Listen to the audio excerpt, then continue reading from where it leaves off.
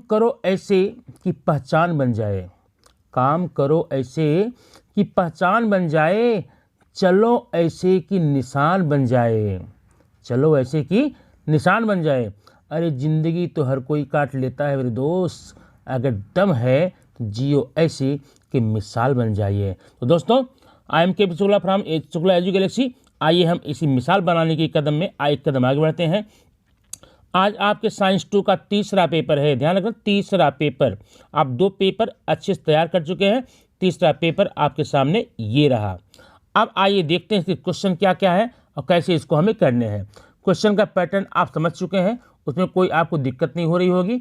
अब आइए हम देखते हैं इस क्वेश्चन में क्या है और कैसे कर। Question number 1A for 5 marks. ये कोरिलेशन है, देखेंगे फर्स्ट में wisdom teeth, vestigial organ, lung fish dash dash dash dash dash. क्या है इसमें? विजडम टीथ जो होता है, बुद्धि दंता, ये आपका एक वेस्टिजियल ऑर्गन्स है, वेस्टिजियल ऑर्गन है। लेकिन लंग फिश क्या है? लंग फिश है कनेक्टिंग लिंक, कनेक्टिंग लिंक, संयोजी कड़ी। क्वेश्चन नंबर 2 देखेंगे, select the 2 option in the B group related to A group. A group से संबंधित 2 ऑप्शन आपको यहाँ पर चुनने हैं। कौन कौन से 2 ग्रुप हैं? अब देखिए, इसमें है सलाम मुंबई फाउंडेशन। ये सलाम मुंबई फाउंडेशन एक संस्था है, इसका संबंध किससे है? बी में देखिए, work against alcoholism, freedom from tobacco, laughter club, help in improve students lifestyle. इनमें से कौन सा होगा? सलाम मुंबई दोस्तों, पहला इसके 2 ग्रुप है, फ्रीडम फ्रॉम टोबैको, तंबाकू से मुक्ति, दूसरा है help to improve students lifestyle, बच्चों की लाइफस्टाइल इंप्रूव करने के लिए। ये 2 ग्रुप का संबंध इससे है। Question number 3, state whether the true or false. If false rewrite with the correct sentence. नीचे एक सेंटेंस दिया जा रहा है, आपको देखना है वो ट्रू है फॉल्स है। अगर ट्रू है तो ठीक है, आप ट्रू लिख देंगे।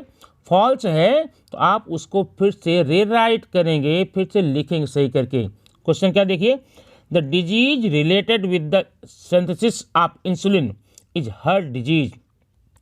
इंसुलिन से संबंधित जो रोग है, उस रोग का नाम है हृदय से संबंधी रोग होता है। मतलब इंसुलिन के कारण जो रोग होता है मनुष्य में, वह हृदय संबंधी होता है। नहीं भाई नहीं, काहे को पागल बना रहे हो बच्चों को, ये गलत है। सही क्या होगा इसका? The disease related with the synthesis of insulin is diabetes. इसका क्या होगा आंसर? डायबिटीज होगा। ओके, नेक्स्ट देखेंगे, right the type of asexual reproduction shown in the figure. ये पिक्चर आपको दिया जा रहा है, नीचे एक फिगर डायग्राम है, इसको देखकर आपको ये बताना है कि इसमें कौन से प्रकार का असेक्सुअल प्रजनन है। तो ये फिगर दोस्तों है ईस्ट का। किसका? ईस्ट। ईस्ट में यह अलैंगिक प्रजनन की मुकुलन विधि है, budding type of asexual reproduction. हाँ दोस्तों, सॉरी, ऊपर एक क्वेश्चन छूट गया, उसको देख लेते हैं। The forest conserved in the name of God and considered to be sacred.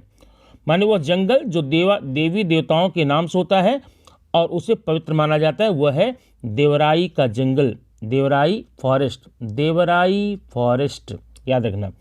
तो दोस्तों, अब तक हम लोग 5 नंबर प्राप्त कर चुके हैं। आउट ऑफ 40 में 5 मार्क्स हम प्राप्त कर चुके हैं। आइए देखते हैं क्वेश्चन नंबर 1B में क्या है। Rewrite the statements bye selecting the appropriate option. नीचे क्वेश्चन में ऑप्शन दिए गए हैं, ऑप्शन को चूज करके आपको सेंटेंस को रीराइट करना, ध्यान रखना, रीराइट लिखना, फिर से लिखना है। Due to which similar characteristic honey bee and cockroach are included in the same phylum. देखिए, हनी बी मधुमक्खी होती है और कॉकरोच आप जानते हैं तिलचट्टा होता है। इन दोनों को एक ही फाइलम रखा गया है। उस फाइलम का नाम जानते क्या है? उसका नाम है संधिपाद संघ, फाइलम आर्थ्रोपोडा। क्या रीजन है कि इन दोनों को आर्थ्रोपोडा संघ में रखा गया है? यहाँ 4 ऑप्शन है दिए जा रहे हैं। पहला, इनके पंख के कारण, wing, second, 3 pairs of leg, पैरों की 3 जोड़ियां, नहीं। ज्वाइंटेड अपेंडेज, इनके पैर में ज्वाइंट होते हैं, संधियां होता है, इसीलिए इनका नाम हिंदी में संधिपाद है। संधिपाद, इनके पैरों में संधि होती, जोड़ होती है। तो आपका ऑप्शन हो जाएगा सी सही, jointed appendage. Question number 2, transfer of information from molecule of DNA to mRNA is called dash process. माने इंफॉर्मेशन जो डीएनए से एमआरएनए तक स्थानांतरित की जाती है, उस इंफॉर्मेशन कौन सी प्रक्रिया के अंतर्गत होता है? यह है ट्रांसक्रिप्शन, ट्रांसलोकेशन, म्यूटेशन, ट्रांसलेशन। इसका आंसर आपको होगा ट्रांसलोकेशन। ट्रांसलोकेशन ऑप्शन नंबर आप देखेंगे 1 है, ए। क्वेश्चन नंबर 2 देखेंगे। Third, citric acid used in production of beverage like toffee, chocolate obtained by the fermentation of dash.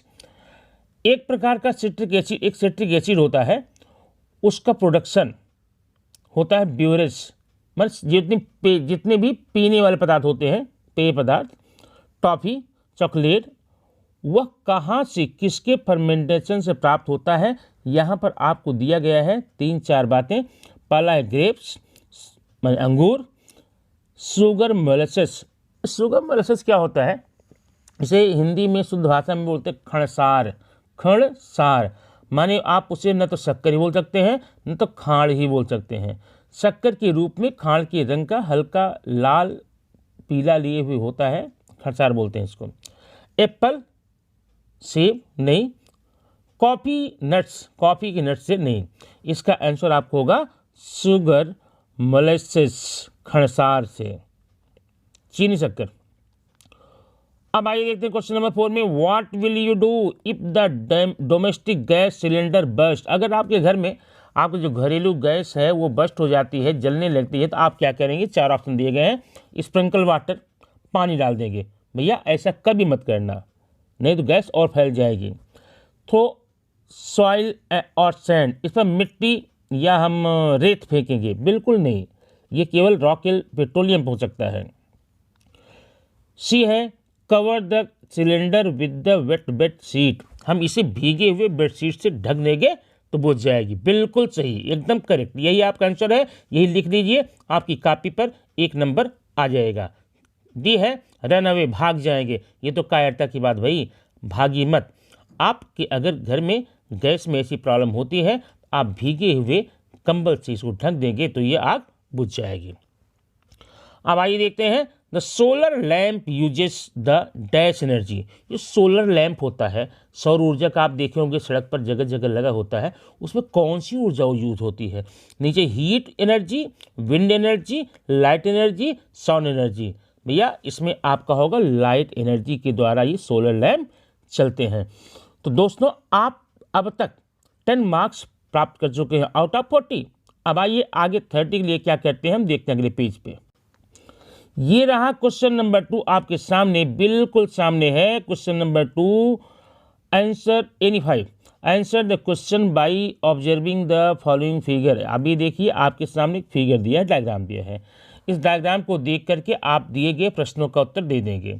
प्रश्न क्या है, क्वेश्चन क्या है? Write name of device shown in the accompanying diagram.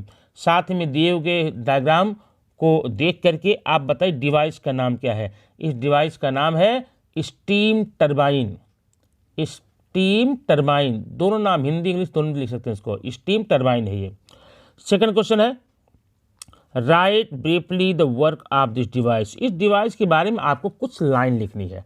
अब लाइन क्या लिखेंगे आप ध्यान सुन लीजिए, जितना इसमें आपको याद रह जाए वही लिख दीजिए, आपका आंसर हो जाएगा, क्योंकि 1 मार्क का रहेगा ये। The energy source is used runs to steam turbine, माने जो ऊर्जा का स्रोत होता है उसका उपयोग हम टरबाइन को घुमाने में करते हैं। अब ऊर्जा का स्रोत क्या है? देखिए पानी की धार है, ठीक है ना, पानी की वाष्प की धार है, इससे हम टरबाइन को मूव कर रहे हैं। तो समझ गए? पहले क्या लिखेंगे? Energy source is used to run the steam turbine. अगला है the steam turbine drives the generator. और ये टरबाइन जो है जनरेटर, जनित्र को घुमाता है। The generator generate the electricity based on the principle of electromagnetic induction. और वो जनरेटर जो है विद्युत ऊर्जा पैदा करती है। कौन सिद्धांत पर? विद्युत चुंबकीय प्रेरण के सिद्धांत पर। विद्युत चुंबकीय प्रेरण के सिद्धांत पर वह ऊर्जा पैदा करती है। आप समझ गए होंगे इसको। अब आइए देखते हैं क्वेश्चन नंबर 2 क्या है। Right the factors affecting environment. पर्यावरण पर असर डालने वाले घटकों को आपको लिखना है। कौन कौन से घटक हैं जो पर्यावरण पर असर डालते हैं। बहुत सिंपल सी बात है, इसको तो आप आसानी से अपने मन से भी लिख सकते हैं। जैसे आप जान रहे होंगे, आप लिखेंगे the factors affecting environments dash, नीचे नंबर डालेंगे 1। Increasing the industrialisation leads to air water and land pollution, माने औद्योगिकरण होने के कारण यहाँ की मिट्टी, हवा और पानी सब प्रदूषित हो रही है। नंबर 1 हो गया। नंबर 2 में क्या लिखेंगे? Large scale deforestation is occurring for the civilisation affect the environment adversity, माने अगर जंगलों का जो विनाश हो रहा है, पेड़ों की कटाई हो रही है, ये भी आपको प्रदूषण फैलाने में बहुत बड़ी भूमिका अदा करता है। ठीक है, आइए देखते हैं अगला question 3। Write 2 uses of biotechnology related to the human health. मानव के हेल्थ से संबंधित 2 बातें आप लिखिए जिसका संबंध बायोटेक्नोलॉजी से है, जैव प्रौद्योगिकी से है। Number 1, biotechnology is useful for production of hormones like insulin and सोमेट्रोपिन and blood clotting factor, माने पहला तो आप ये लिख देंगे बायोटेक्नोलॉजी का उपयोग इंसुलिन का उत्पादन होता है। इंसुलिन क्या है? जिस व्यक्ति को डायबिटीज़ हो जाता है ना, उसको इंसुलिन के इंजेक्शन दिए जाते हैं इंसुलिन का हार्मोन्स पैदा करने में। और क्या क्या होता है?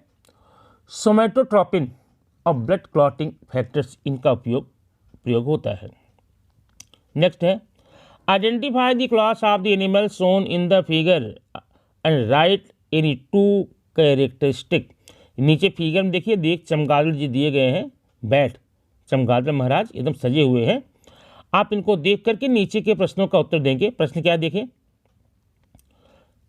प्रश्न इसमें है आइडेंटिफाई क्लास, इसका क्लास क्या है, कौन से वर्ग का है, चमगादड़ किस वर्ग में आता है। The animal shown in the figure is from class Mammalia, mammals है, मैमल्स, यू नो मैमल्स, स्तनधारी, माने यह दिया आकृति में दिया गया है जीव मैमेलिया, स्तनधारी प्राणी है। अब गुण क्या लिखेंगे? लक्षण number 1, presence the memory glands, इसको स्तन होते हैं। These animals are warm blooded, ये उष्ण रक्त वाले होते हैं। Body is divided into head, neck and trunk and tail, इनका शरीर सिर, गर्दन, धड़ और पूंछ में बटा होता है। इनके मुंह में दांत होते हैं, दांत होते हैं मुंह में ना, चोंच नहीं होती, दांत होते हैं। और उनके कर्ण पल्लव होते हैं, बाहर कान निकले रहते हैं। ये सारे लक्षण हो गए। अब आइए देखते हैं question number 5। Right the science indicate. ये नीचे आपको देखिए 2 साइन दिए गए हैं, प्रतीक दिए गए हैं। इनको देखकर आपको बताना है कि ये किस किस यूज में है, क्या अगर है क्या ये। तो पहला देखिए, आप देखिए आग जलती हुई दिख रही ए में, दिख रहे हैं, दिखा रहा हूँ ए में आग जल रही है। तो इसके लिए क्या है ये? Flammable substances catches fire in the contact with the air oxygen, मतलब ये लोगों को सूचना दे रही है भाई यहाँ पर ज्वलनशील पदार्थ है, यहाँ पर ज्वलनशील पदार्थ है, इसलिए यहाँ पर आग वाला काम न करें। दूसरा होता है, आप यहाँ देखेंगे यहाँ पर 2 परत नली है, उसमें से कुछ नीचे गिर रहा है। गिर क्या रहा है? वो एसिड है। एसिड क्या है? Acid. Corrosive substance that can destroy the tissue of skin, I etcetera, माने एक प्रकार का विध्वंसक पदार्थ है जो कि हमारे शरीर के टच में आने पर हमारी त्वचा के ऊतक को, कोशिका को नष्ट कर सकता है, इसलिए हमको इसको सावधान रहना होगा। तो ये क्वेश्चन आपने देख लिया, 5वां था। अब 6वां देखेंगे। Name the following method of solid waste management. नीचे दिया गया है ठोस कचरा प्रबंधन के बारे में कुछ जानकारियाँ दी गई हैं इस आकृति में। आप बताना क्या है, बहुत सिंपल देख कर आप कर सकते हैं। पहला है नेम द फॉलोइंग मेथड। कौन सा मेथड है ये भैया? ये मेथड है, इसको बोलते हैं लैंडफिल साइट। क्या बोलते हैं? लैंडफिल, भूभरण। भूभरण मतलब कचरे को जमीन के अंदर दबा दिया जाता है। दूसरा है what type of waste is use in this method. इस मेथड में कौन से प्रकार के अपशिष्ट पदार्थों का यूज होता है? इसमें भैया देता है the waste is use in this method is degradable waste being, माने ऐसे जो अपघटनशील होते हैं, ऐसे पदार्थों का इसमें यूज होता है जो अपघटनशील होते हैं शहरों वगैरह में। What kind of useful substance can be obtain from this method. इस मेथड में कौन सा उपयोगी पदार्थ मिलेगा हमको? अब देखिए, आपने ठोस कचरे को जमीन के अंदर दबा दिया, दबने के बाद में क्या होता है, उसमें कुछ रासायनिक चेंजेज होते हैं, परिवर्तन होते हैं। उसके बाद हमको मिलता है एक बहुत बढ़िया खाद मिलती है। क्या मिलती है? खाद। ठीक है, इसे बोलते हैं कंपोस्ट। इस विधि से हमको यूजफुल कंपोस्ट मिलता है। तो ये क्वेश्चन आपका हो गया है यहाँ पर। एक्सप्लेन द, अच्छा क्वेश्चन लास्ट देखेंगे। Explain the difference between the mitosis and meiosis. Mitosis और मियोसिस, समसूत्री और अर्धगुणसूत्री विभाजन में अंतर लिखिए। नंबर 1 आप सुनते जाइए, आपको याद हो जाएगा। माइटोसिस क्या होता है?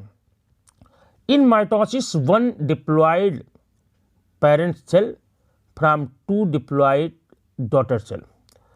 माइटोसिस में डिप्लॉयड सेल माने द्विगुणित गुणसूत्र बनते हैं, जबकि मियोसिस में, अर्धगुणसूत्री में, in meiosis one diploid twin parent cell form 4 haploid, माने यहाँ पर एक जोड़ी से 4 हैप्लॉइड बनेंगे। अगुणित, हैप्लॉइड मीन्स अगुणित। दूसरा देखेंगे, daughter cells are genetically similar to parent cell. Mitosis में जो पुत्री कोशिकाएं होती हैं अपनी मातृ कोशिका की ही तरह होती हैं, जबकि मियोसिस में daughter cells are generally different from parent cell, यहाँ अलग होती हैं। तीसरा है mitosis is essential for growth the body. जो माइटोसिस होता है वह हमारे शरीर के लिए वृद्धि के लिए जरूरी होता है, जबकि मियोसिस प्रजनन के लिए होता है। दोस्तों, आपका ये क्वेश्चन नंबर 2 भी 10 नंबर हो गया। सो खुशी की बात यह है, out of 40 we have attended 20 marks of the question. Now we have to go to next question for 50. So now we are going to attend question number 3. Answer the following questions any 5. इसमें भी 7 question रहेंगे, आपको 5 करने होते हैं।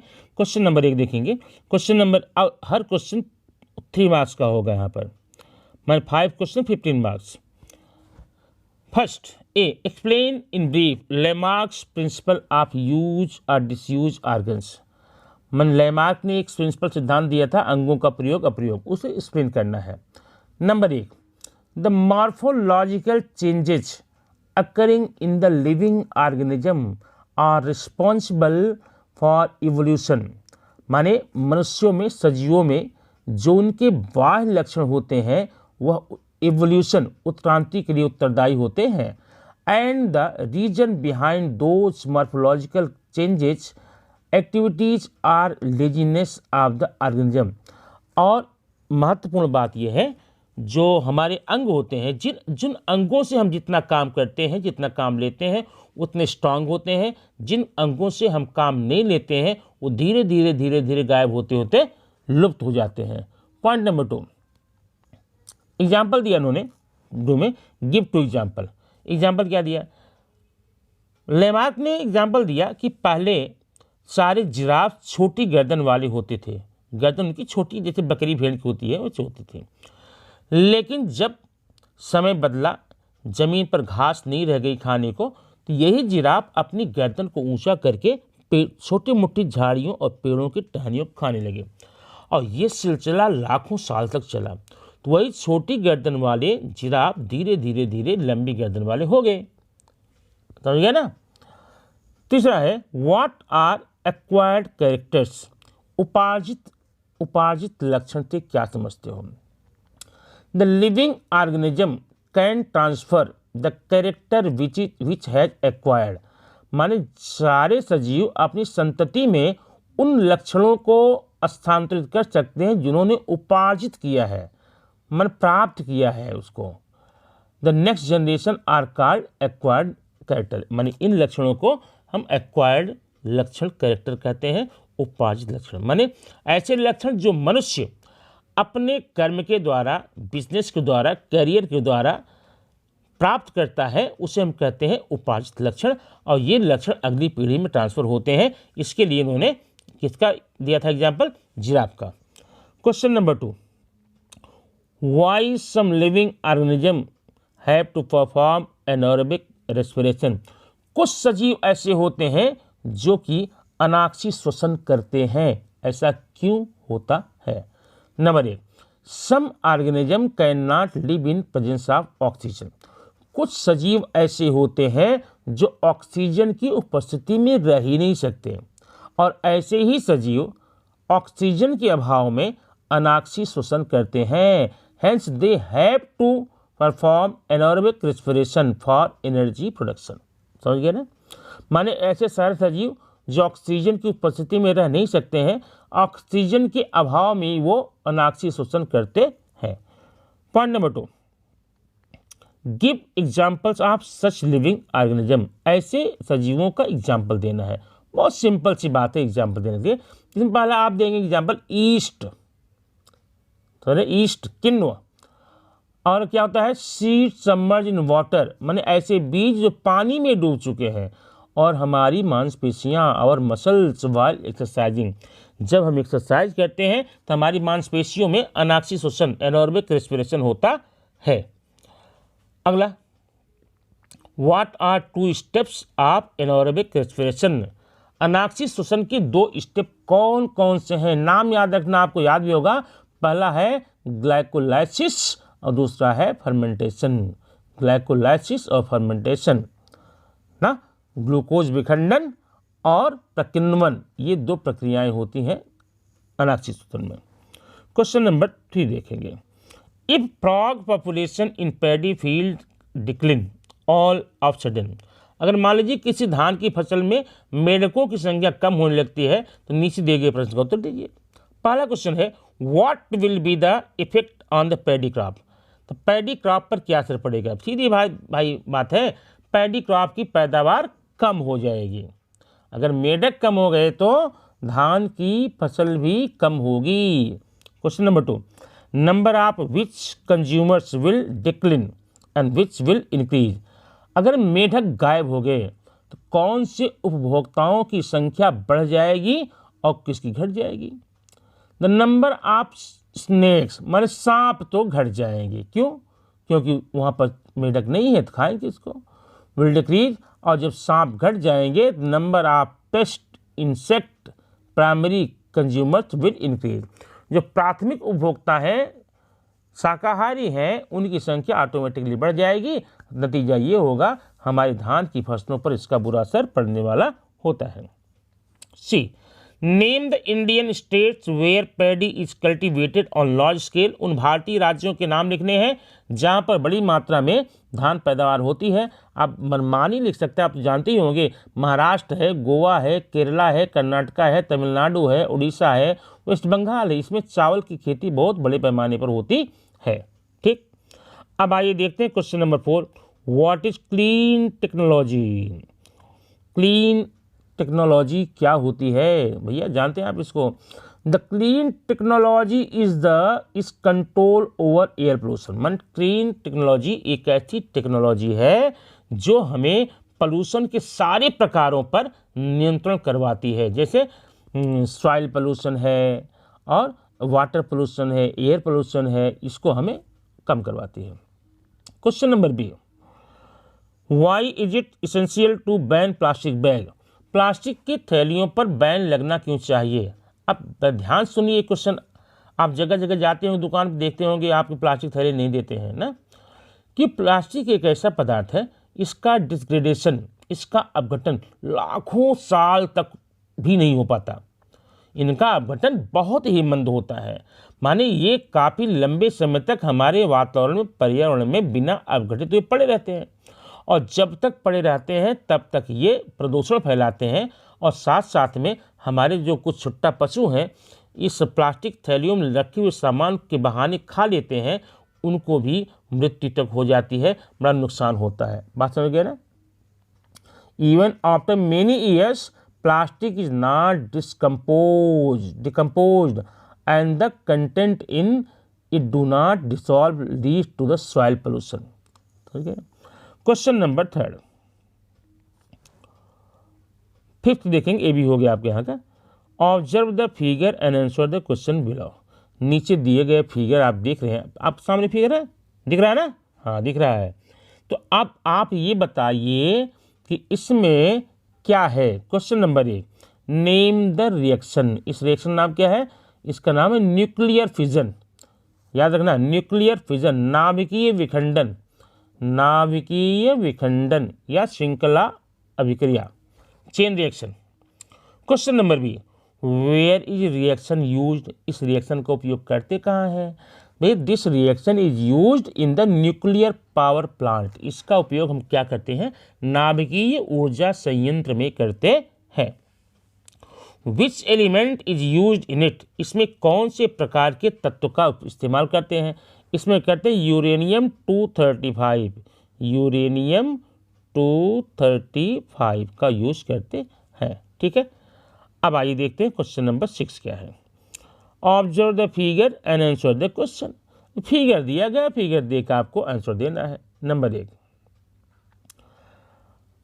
To which phylum these organism belong. नीचे जो जंतु दिए गए हैं किस संघ से इनका संबंध होता है? These organism belong to the phylum echinodermata. Echinodermata कंटक चर्मी, ये कंटक चर्मी से संबंध रखते हैं। Name the substances which their body is covered. इनकी बॉडी जिससे कवर है, ढकी है, वो कौन से पदार्थ हैं? Their body is covered with the calcareous spines and oscillous plate. Question number 3, name their organ of locomotion. ये गमन कैसे करते हैं, ये चलते कैसे हैं? They perform locomotion with the help of tube feet. इनके अंदर ट्यूब फीट होती है, नलिका पाद, नलिका पाद, उसके द्वारा ये गमन करते हैं। Next question, explain in brief DNA fingerprinting, give two example where the technique is useful. DNA fingerprinting क्या होती है इसके बारे में बताइए। देखिए, DNA sequence of each person is unique as that of the fingerprints. हर व्यक्ति में डीएनए की संरचना होती है, एक विशेष प्रकार की, खास प्रकार की होती है। Due to which identity of any person can be establish with the help of its available DNA. इसलिए किसी भी व्यक्ति की आइडेंटिटी, पहचान, उसके डीएनए द्वारा की जा सकती है। This is called DNA fingerprinting. इसे ही डीएनए फिंगरप्रिंटिंग कहते हैं। अब डीएनए क्या होता है? This is called DNA fingerprinting. This use of technology is follows. इसका यूज कहाँ कहाँ होता है? Identity of the criminal can be established. जितने अपराधी हैं उनकी पहचान पता लगाने के लिए with the help of any part of body.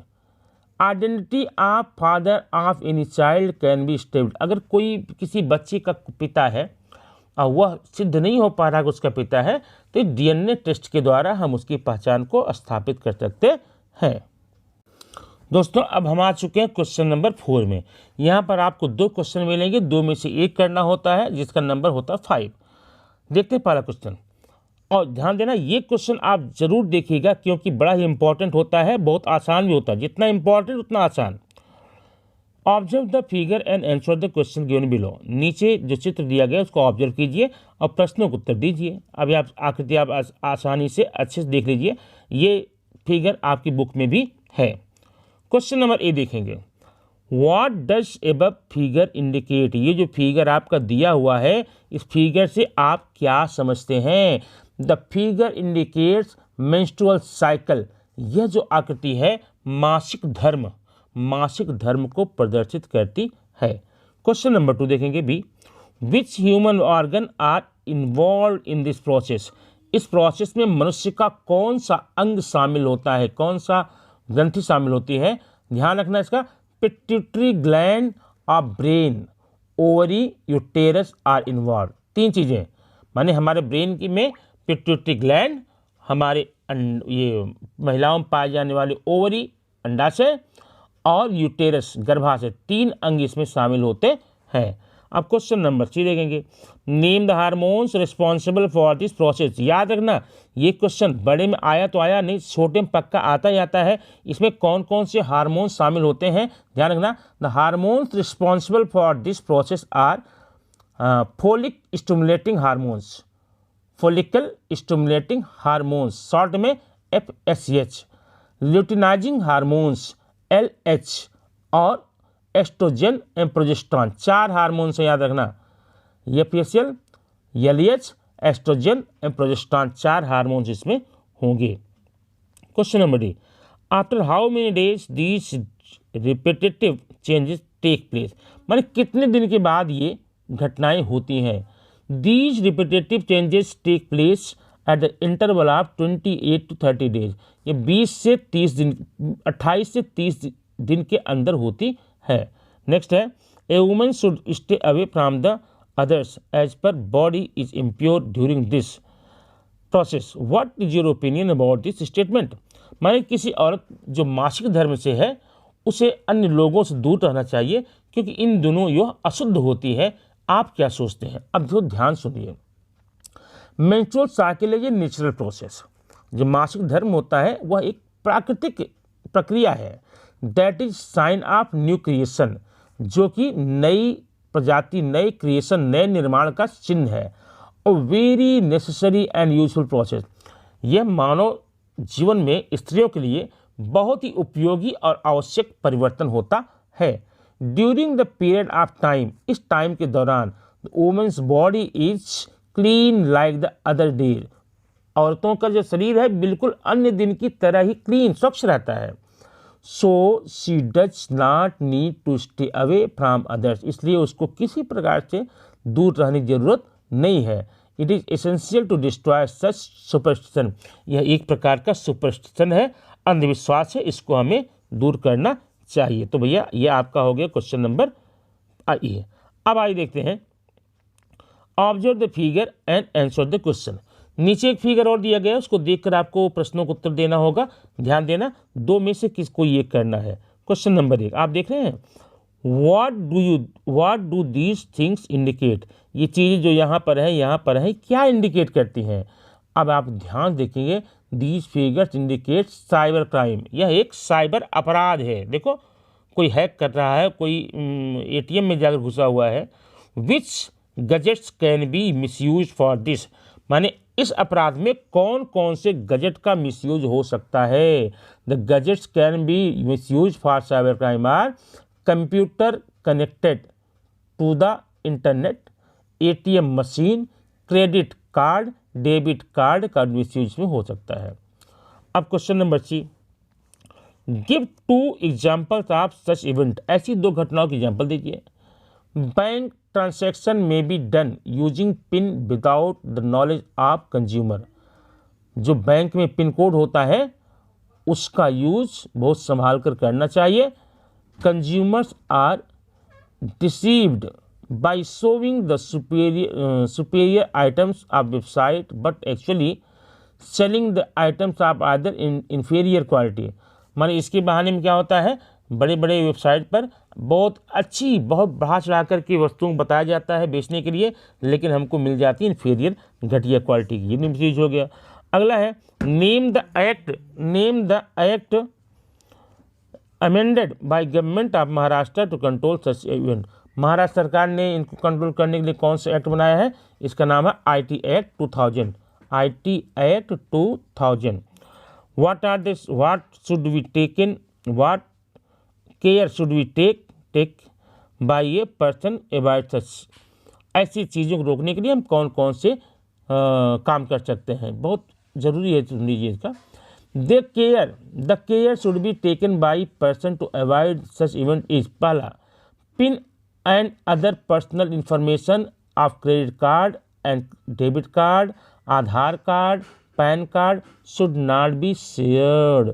अपने आधार कार्ड का, पैन कार्ड का, बैंक पासबुक का, पिन एटीएम का किसी को शेयर न करें। अगला, PIN number should be not be seen by anyone while using ATM. ATM का जब आप यूज़ करने गए हैं तो आपका पिन नंबर कोई देखने न पाए, इसका आप भरपूर ख्याल रखेंगे। तो दोस्तों, ये रहा 40 मार्क का आज का पेपर नंबर 3। इसको आप अभ्यास कीजिए, तैयार कीजिए और फिर नेक्स्ट पेपर के लिए हम आपके साथ फिर मिलते हैं। तब तक के लिए थैंक यू, बाय बाय।